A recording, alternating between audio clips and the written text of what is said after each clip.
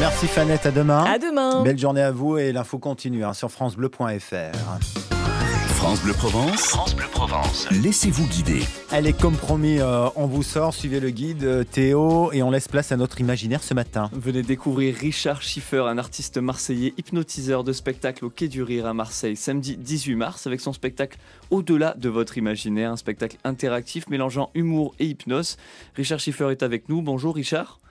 Oui, bonjour Théo. Bonjour, comment êtes-vous rentré dans ce milieu? Comment êtes-vous devenu hypnotiseur?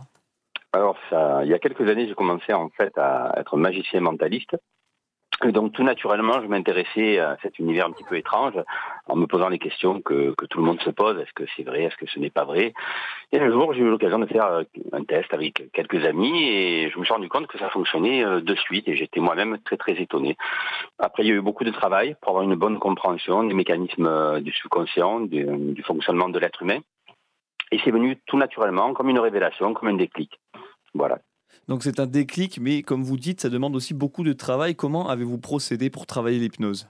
Alors, personnellement, comme je suis autodidacte, j'ai pris des livres, beaucoup de livres. J'ai donc pas mal. J'ai également vu pas mal de vidéos sur Internet. J'en avais énormément sur YouTube.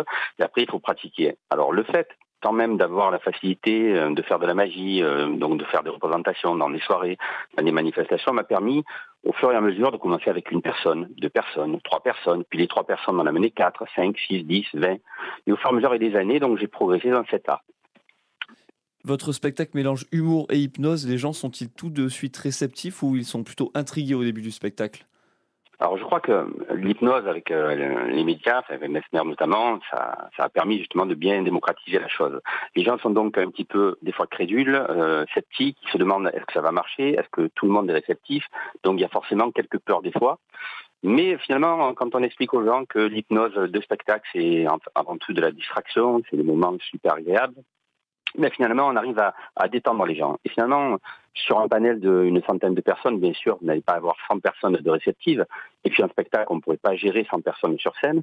Mais le but de l'hypnotiseur de spectacle que je suis va être de sélectionner les meilleurs d'entre eux. Ça veut dire que les autres sont mauvais, mais enfin, en tout cas, les plus réceptifs pour faire un bon spectacle qui se passe dans les meilleures conditions possibles, tout en respectant, bien sûr, l'être humain et sa dignité.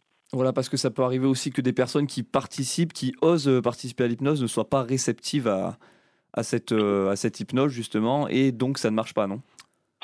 En fait, vous avez différents degrés de réceptivité. Tout le monde est réceptif, mais en spectacle, quand vous avez par exemple une salle de 200, 300 personnes, vous êtes obligé d'aller relativement vite. Et vous ne pourriez pas passer, par exemple, 20 minutes, une demi-heure, une heure avec une personne pour la mener dans cet état. Donc effectivement, on va choisir la personne la plus réceptive, les personnes les plus réceptives. Et il y a des gens qui, en fait, préfèrent finalement, même s'ils veulent participer, ils préfèrent voir plutôt que participer. Mais c'est inconscient, si vous voulez. Mais dans l'absolu, tout le monde est réceptif à différents degrés. Après, c'est une question de temps ou de technique. Et qu'est-ce qui fait qu'une personne n'est vraiment pas réceptive, effectivement, dans la vie? C'est parce que c'est bloqué à l'intérieur, le subconscient ne veut pas ouvrir les portes? Oh, peut-être que le subconscient, effectivement, il peut bloquer momentanément, mais une personne qui n'est pas réceptive un jour peut très bien être dans 10 minutes, dans une heure. C'est variable. Eh bien, merci Richard Schiffer, hypnotiseur. C'est ce samedi au Quai du Rire à Marseille, votre spectacle. Merci à vous. Je vous en prie, les places sont limitées, donc réservez très très vite. Réservez plus vite. C'est au Quai du Rire, c'est ça. C'est ça, au Quai du Rire à Marseille. Et samedi donc, et forcément, vous aurez des réponses aux questions que vous posez sur l'hypnose. Tout cela en mêlant l'humour. Vous restez avec nous. La suite de Laissez-vous guider, c'est juste après ça.